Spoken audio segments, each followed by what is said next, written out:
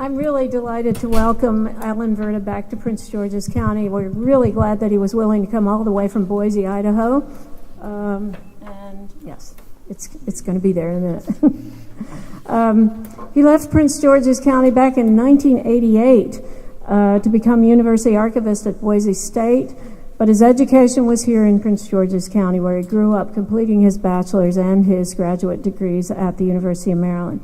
He's recently retired from Boise State and has plunged back into Prince George's County history, which he never really stopped doing. He's going to wrap up this day's work with a really interesting talk entitled Along the Great Road to Bladensburg, People, Land, and Livelihoods in New Scotland Hundred in the Early National Era. Now, if you wonder what New Scotland Hundred is, he will explain, but I will let you know at the beginning, it was a political and administrative division of the county, and it covered the land right next to and east of Bladensburg.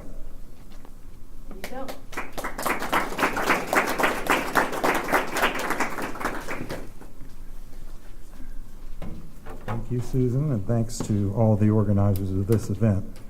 I'll launch right into my talk, if I can get the microphone positioned correctly. In 1781, Ninian Bell, Jr., one of several men to bear that name in colonial Prince George's County, sat down with three of his neighbors in New Scotland Hundred, a few miles east of Bladensburg, to record his last will and testament. He declared himself weak of body, but of sign, mind, memory, and understanding. He was only 58 years old, but he was ready to settle his affairs and divide up his earthly estate. He owned approximately 600 acres of land, farmed by family, tenants, and slaves. His land encompassed much of what we call New Carrollton, West Lanham, and the New Carrollton Metro Complex today. He apportioned that land among 7 sons. To sons Andrew and Zadok Bell, he devised all the dwelling plantation I now live on and all the land adjoining as far as the great road that leads to Bladensburg. That great road is the one known today as Annapolis Road, Route 450. Ninian Bell did not call it the Great Road because of the breadth or the width or the quality of the construction, because in his day it was unpaved and unimproved. It followed a narrow, winding course, much of it through dense woodlands. Rather, he probably called it a great road because it connected 2 important urban centers, Bladensburg and Annapolis. Ninian Bell's reference to it as the road to Bladensburg gives a clue to his perspective. Yes, it might have led eastward to the state capital, but it was a connection to Bladensburg that was the most important to him. There came the ships to take away his tobacco. There were the merchants from whom he bought goods and provisions. There were the justices and lawyers to take care of his legal affairs.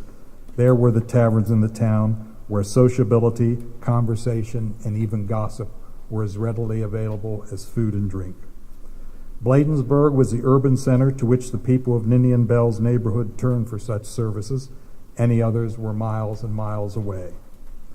In September 1781, only 68 days after Ninian Bell made his will, 2 of his 3 witnesses, one of them a young nephew, the other one of his tenants, fulfilled the sad responsibility of proving the document, that is, testifying that they had seen him sign, seal, and declare it, so the process of settling his estate could begin. Where he was laid to rest, we do not know. If local custom was followed, it was probably someplace on his plantation along the Great Road to Bladensburg. The Great Road to Bladensburg was one of several important roads to cross New Scotland Hundred, a district of Prince George's County whose limits I'll describe shortly. Dennis Griffith traced the Great Road on his map of Maryland in 1795. You can see it here across the top of the county, running from the Patuxent River all the way to Bladensburg. There are also 2 more roads on this map that you've undoubtedly driven on. The first is the road to Upper Marlboro, Landover Road Route 202, running diagonally across the county from Bladensburg down to Upper Marlboro. That's Route 202. The other is Kenilworth Avenue, Route 201 in Maryland, 295 in D.C., running south from Bladensburg down along the Anacostia into the District of Columbia. Its original path close to town is now 52nd Avenue. The Bladensburg Cemetery sits high above it. Over the past 3 years since I've retired, I've spent some of my free time with my laptop at my kitchen table in Boise, Idaho, poring over online deeds, wills, probate papers, and plats from New Scotland Hundred, beginning at Bladensburg and systematically working my way down the old roads and waterways, reconstructing the social geography of land ownership and land use, family and economic relations in New Scotland Hundred.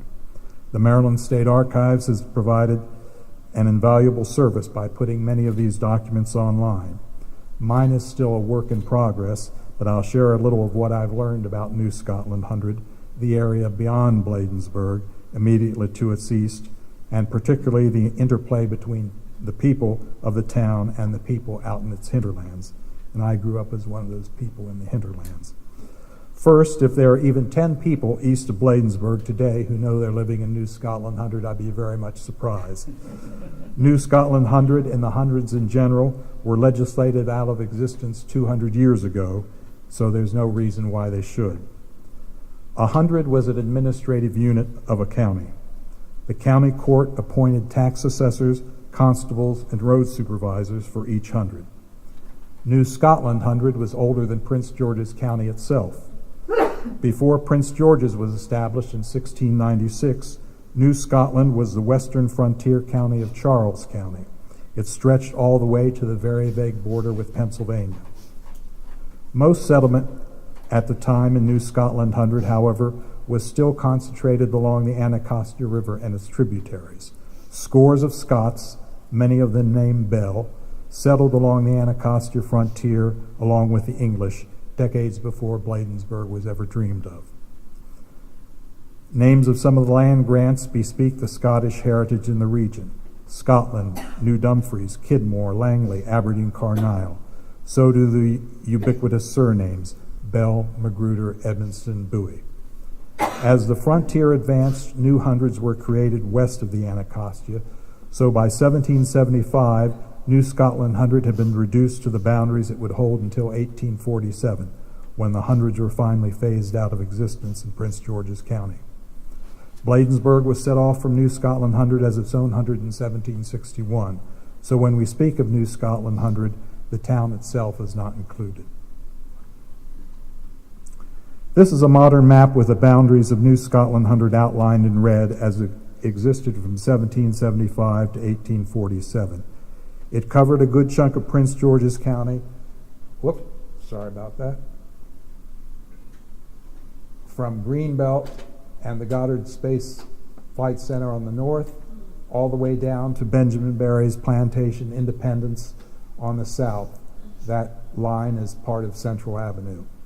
On the east, on the right side of the map, the boundary of New Scotland Hundred was defined by the ridge that divides the watersheds of the Patuxent and Anacostia rivers. The Capitol Beltway is built on part of that ridge, right along there. The Anacostia Northeast Branch and Cabin Branch define the western limits, the red lines on the left. The incorporated towns of Edmondson, Berwyn Heights, Greenbelt, New Carrollton, Landover Hills, Cheverly, and part of Glenarden are within the bounds of New Scotland Hundred. So are the unincorporated areas of West Lanham, East Riverdale, and Greater Landover.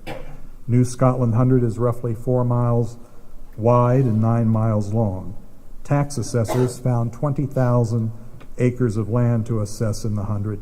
That's about 31 square miles, about half the size of the District of Columbia.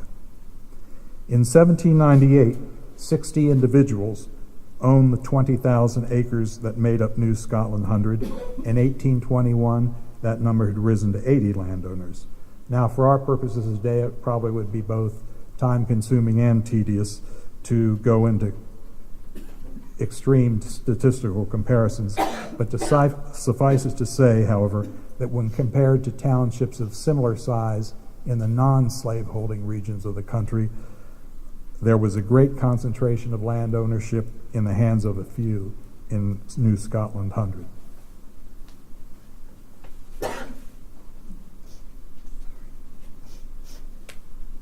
My pages are sticking together. We can get some good indications of land use in New Scotland Hundred by looking at the one-time federal property tax that Congress levied in 1798. The assessors recorded the number, dimensions, and building material of almost every standing structure in their districts: dwellings, kitchen, barns, corn cribs, and even hen houses.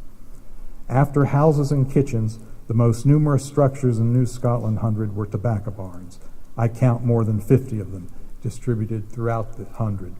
The largest, Benjamin Barry's tobacco house on the plantation Independence, was 100 feet long. The tobacco economy was still king in New Scotland Hundred in 1798. One of the things I learned while doing research on land ownership in New Scotland Hundred was the extent to which residents of Bladensburg own rural lands out there. Not just mortgages, but land itself. This suggests one reason, and just one of several contributing reasons for sure, why in a county so rich in colonial, early national, and antebellum homes, only 3 survive in New Scotland Hundred. Suburbanization certainly took its toll, but I wonder if the fact that because of a lot of land was owned by absentee landowners, the absentees being in Bladensburg, there weren't as many substantial homes built out there to begin with. For landowners who lived in Bladensburg, tenant, overseers, and slave quarters were probably sufficient on their rural properties, if they cultivated them at all. I also suspect that many of the landowners purchased their acreage for its wood, or simply used the land as a vehicle to park and invest their spare capital. But let's spend some time with some of the men and women of Bladensburg who own rural lands in New Scotland Hundred, names you'll recognize as owners in the old port town who have been discussed earlier. I will emphasize there were plenty of what you might call indigenous landowners out in New Scotland Hundred that did not own land in Bladensburg or vice versa. I'm concentrating on the people who lived in Bladensburg and owned property out in the Hundred. Thomas Hewitt, merchant of Bladensburg, was one of them. He lived on lots 30 and 31. His house was a single-story frame structure, 1,200 square feet, with a separate smokehouse and stable. The Ernest Mayer showroom and brickyard stands there now. Now, the closest George Washington probably ever got to Hewitt's home was a visit with Dick Charlton and Richard Henderson across the street in the Magruder house. But Lot 30 was the scene of a presidential visit in 2010. Hewitt's property was 3 miles out of town at today's Ardwick. There was a tobacco barn on the property, also a milk house, a hen house, a structure described as a tan and bark house, plus 3 dwellings. The largest of the 3 dwellings was 500 square feet. Another was described as a very old frame house. The third as a very old log house. These latter 2 were 16 feet by 12 feet, scarcely 200 square feet apart. The homes, no doubt, of his overseer and his slaves.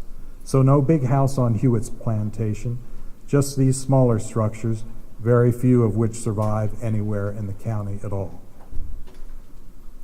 But we really have to start with the Lowndes family. Christopher Lowndes, who built Bostwick in 1746, and his son Benjamin. Benjamin and his sister Anne had large homes of their own across the street from Bostwick, as Susan has pointed out. These 3 Lowndes homes made South Street, now 48th, the Massachusetts Avenue of Bladensburg. Christopher Lowndes' major land holding out in New Scotland Hundred was a tract of land he called Townside.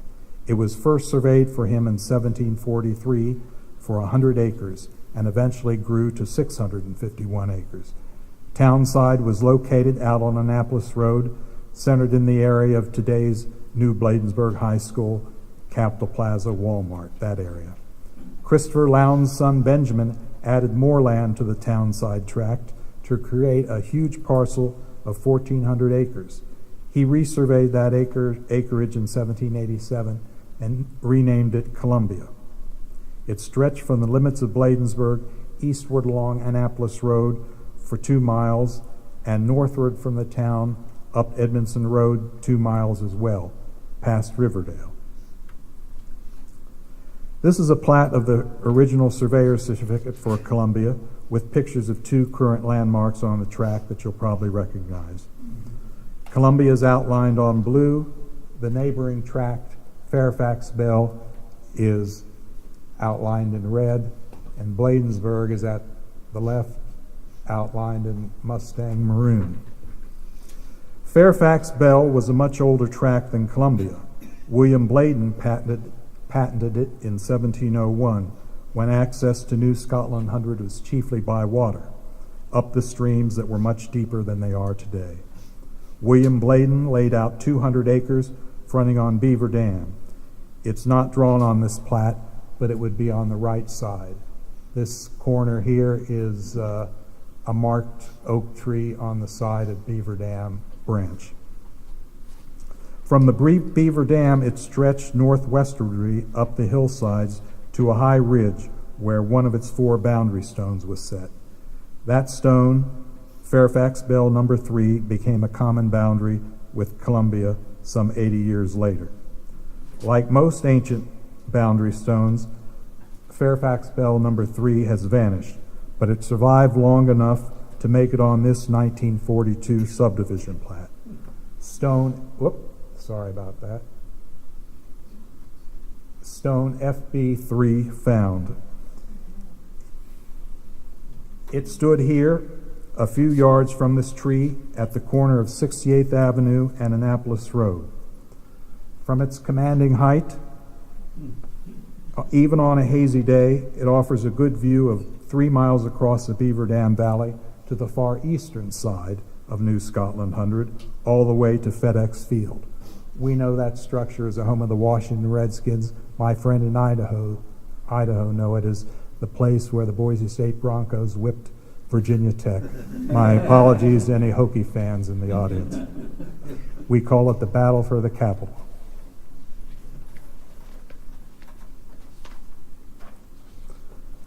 The Bladens did not live on Fairfax Bell. When William Bladen's son Thomas leased the land out in 1758, he stipulated that the rent was to be paid in 800 pounds of tobacco annually, and the tenant was obligated to plant 100 apple trees, 40 feet apart from each other. As John Peter noted, back in the day when Governor Thomas Bladen leased the land, it was not his intent to provide an apple a day to the residents of the town named after him. Back in his day, apples were for drinking, not for eating. Doug's Taverns of the town might very well have served hard cider grown on the sunny south-facing slopes of Fairfax Bell. Cherry Hill Apartments today are renamed Cooper's Crossing, if you know the area. The 1798 federal tax roll shows only a large cow shed on the property. But we're going back to the Lowndes now. How did they use their land, Columbia? The federal 1798 tax roll shows only a large cow shed on the property, 70 feet long. There were no tobacco barns or no corn cribs, which indicates it probably was not cultivated. That seems to be confirmed by an ad in the National Intelligencer in 1820 when Benjamin Lowndes Jr. offered 300 acres Columbia for sale. Woodland was the heading of the ad. It abounds in wood of almost every description. There are many agreeable sites for dwellings, and the whole, if cleared, might be converted into a productive farm. Now, I would be remiss if I did not mention a site on Columbia important for the history of Bladensburg's black community. In 1883, the Black Baptist congregation of Bladensburg, St. Paul Church, purchased 2 acres of Columbia at the top of Simon's Hill, right across Annapolis Road from the Capitol Plaza sign. They established a small cemetery there where they buried their dead for more than 50 years. The graves were all moved in the 1970s, and the property was sold for commercial development. In the 40 years since, that development has never come, but last spring my brother and I saw some men clearing the brush off the property. They told us they were preparing the way for surveyors so an office building could be built on the site. But nothing has happened yet. This is what the old cemetery looks like today, all the gravestones gone save one. Historians of St. Paul Church will recognize the name Bumbry Jesse Brumby, don't know a lot about him. We know he was in Washington, D.C. in the 1850s as a very young man. He disappears from local records for 20 years, 1870s. Something important happened in that interval. He comes back with a wife and children. The census say the children are born in Canada. There's a story there that I think we need to investigate. But back to Bostwick to talk about Benjamin Stoddart. Benjamin Stoddart, his wife Rebecca Lowndes, and their children lived there in her father's house at Bostwick, as well as in Georgetown. During the 1790s, Benjamin Stoddart bought up more than 2,400 acres of land in New Scotland Hundred. His land stretched up and down the Beaver Dam branch. They started just south of Bladensburg and extended continuously upstream all the way to the Ardwick Industrial Park. The dark blue line is Beaver Dam, and Benjamin Stoddart owned property on both sides of the stream for its entire length. He was the largest property owner I know of in New Scotland Hundred. The 1798 federal tax roll shows how Stoddart managed the property. I wish we had a map like George Washington's map of Mount Vernon, but we don't. We just have this verbal or this written explanation. Benjamin Stoddart divided his property into two sections. Oliver Suit was the overseer of one section, John Smith Suit the other. There were 8 dwellings on the property. 3 of them were occupied by the 2 Suit brothers and their mother. Another one, a 16 by 16 log house, was the home of William Neal, a free black man. Distributed across the vast acreage were 2 large tobacco houses, a grist mill, a smoke house, a corn house, a couple of hen houses, a cow shed 144 feet long, that's half the length of a football field, and a milk house built over a spring to keep the milk cool. It was quite an agricultural operation. Benjamin Stoddart tried to sell off the land himself in 1803, but with no success. He was asking $10 an acre for it. Out west, in Ohio, for example, the federal government was selling land for $2 an acre. So Benjamin Lowndes was marketing his land to a very select pool of buyers. Today, thousands of suburbanites live on Stoddart's acreage in Chevrolet Landover and Tuxedo. Now, wealthy merchants like Lowndes and Stoddart were not the only people from Bladensburg who owned land out in New Scotland Hundred. A few men and women of more modest means did as well. Adam Craig was one of them. By profession, he was a tailor. He served in the Revolutionary War and attained the rank of second lieutenant. The county court appointed him constable for Bladensburg at least 3 times. He owned several slaves as well as a contract for this indentured servant, who apparently decamped in 1774. If you read the ad, Adam Craig, the tailor's eye for fashion certainly comes through. Most elaborate description of the clothing of a runaway servant I've ever seen. Craig lived on lot 14 in Bladensburg on Water Street, close to the public landing. When William Wirt came back to town for a visit in 1808, old Adam Craig, as he called him, stopped by to see him. Coming out of Washington and crossing the bridge, wrote Wirt, his house is the first house on the right hand as you enter, presenting a stone chimney toward the street. The old gentleman, talking of changing times, told me that when he bought that lot, he could have bought the 3 best lots in Baltimore, Georgetown, or Alexandria for the same sum. Adam Craig bought that lot in 1769 for 60 pounds current money. Maybe somebody can check to see if he was exaggerating or not. In 1778, Adam Craig bought 122 acres of the tract of land called Hudsons Range, and soon bought another 50 more out in New Scotland Hundred. Again, that detailed snapshot in time, the 1798 federal tax, shows someone else, probably a tenant, living on the land rather than Craig himself. When Adam Craig died in 1814, his heirs immediately sold off the house in town. But even though they had moved away, one daughter to Alexandria, another to the Eastern Shore, they held on to the country property for 20 years. This is a plat of Hudsons Range made in 1838. Adam Craig's portion is in the center. You see his name underlined. The southwestern sections of the town of Cheverly were later built upon his land. On the westernmost portion of Hudson Range, to the left, is the most recognizable landmark in the neighborhood, the Pepsi-Cola bottling plant.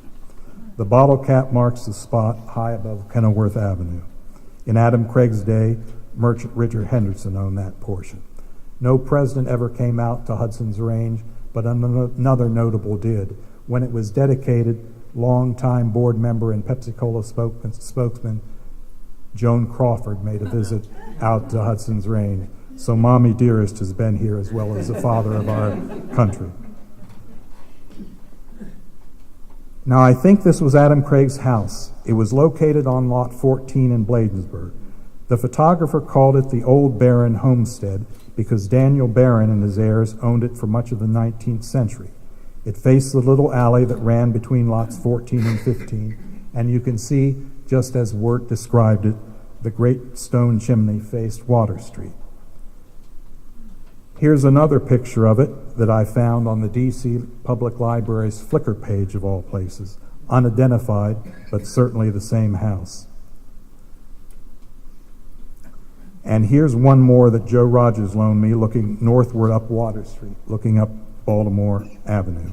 The house on the right. If this house was built by 1814, and I really think it looks like it was Adam Craig's home. The list of Bladensburg residents owning land in New Scotland Hundred goes on and on. Bladensburg being a mercantile town, there were quite a few merchants on that list, including Richard Henderson, Thomas and Mason Dick, William Siddabotham, Richard Ponsonby, Richard Crampton, Thomas Farrell, Levi Sheriff, and Robert Wright. Lawyers Peter Carnes, John Stephen, and Nicholas C. Stephen. The miller Alexander Evans, Cooper John Bing. Clerics, too, Reverend Hugh Kahn and Reverend James Hunt. Doctors John Stewart, David Ross, and Alexander Magruder. A few tradesmen, Thomas Clements, blacksmith, and William Gaylor Wheelwright, who owned a modest 36 acres of land on Landover Road, now part of Cheverly. Not many women on the list. There were quite a few female property owners out in New Scotland Hundred, but not coming out of Bladensburg. Anne Lowndes, daughter of Christopher, was an exception. So was Julia Stephen Diodani, a later resident of Bostwick. But let's end where we began, with the Bells of Annapolis Road. This was their land. This aerial photo was taken in 1959. Only the first few streets of New Carrollton had yet been built. The Beltway was still a speculative dotted line on this aerial photo. And you can see the dense forests of New Scotland Hundred. None of the several Bell homes that were once here survive today. The last one standing was this one, known as Wadhams Neglect. It was demolished in the 1950s. It stood a stone's throw from Annapolis Road, a block or two behind the hotel now at the Capitol Beltway interchange. James Wilfong visited Wadhams Neglect twice, in 1950 and 51. He took these pictures and wrote an article about the house for the Maryland Historical Magazine. He was intrigued by the freestanding chimneys, made partly of field stone, partly of brick. Jim was less enchanted by the large 20th century edition.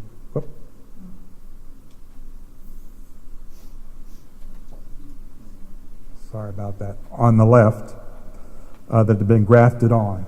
It dwarfed the old house and hid it from the road.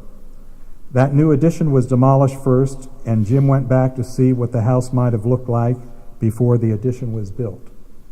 He found the familiar telescoping form of one section added to another, the right side looking older than the left, especially from the back. Local people told him that the house had once been longer, with an additional section even older than these two, a typical southern Maryland farmhouse of its era, built over the course of many years by successive generations. Wadhams Neglect is now gone, but smaller suburban reminders live on Bell Street in Landover Hills and elsewhere in New Scotland Hundred. John Giannetti this summer concluded his talk at the Bladensburg Monument dedication with a quote from Trevelyan. His remarks brought some other words of Trevelyan's to mind as well. The poetry of history lies in the quasi-miraculous fact that once on this familiar spot of ground walked men and women as actual as we are today, thinking their own thoughts, swayed by their own passions, but now all gone, one generation vanishing from another, gone as utterly we ourselves shall shortly be. To all who have attended and participated in this conference, especially those who organized it, thank you very much for bringing the vanished men and women of Bladensburg back to life, if only for a day. It's been a great conference. I've learned a lot. Thank you very much.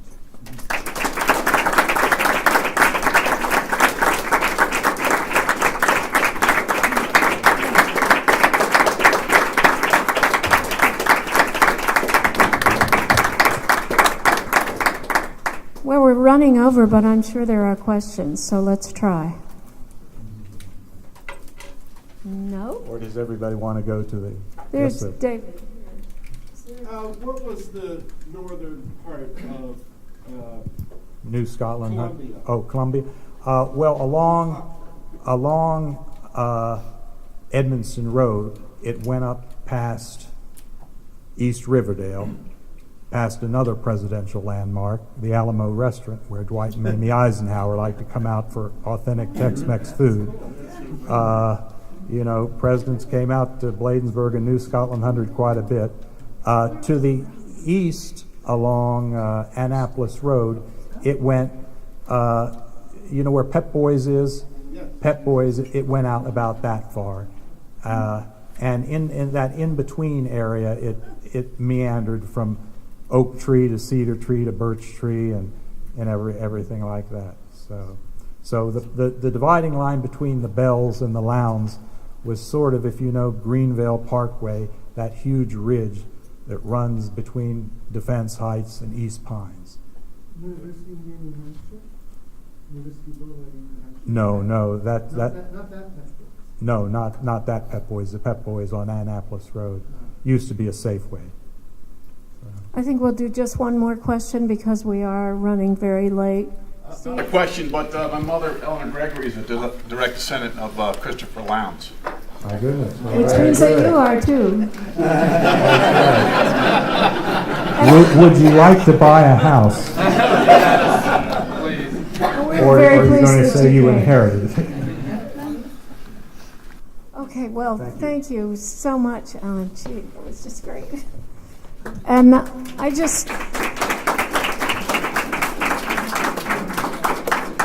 just going to thank you for coming and tell you to go upstairs to the exhibit. Well, is it going to close at 5:30? No. Okay. Okay, thank you so much for coming. And if any of you have not left your contact information, please do so that we can get back in touch with you. Thank you so much.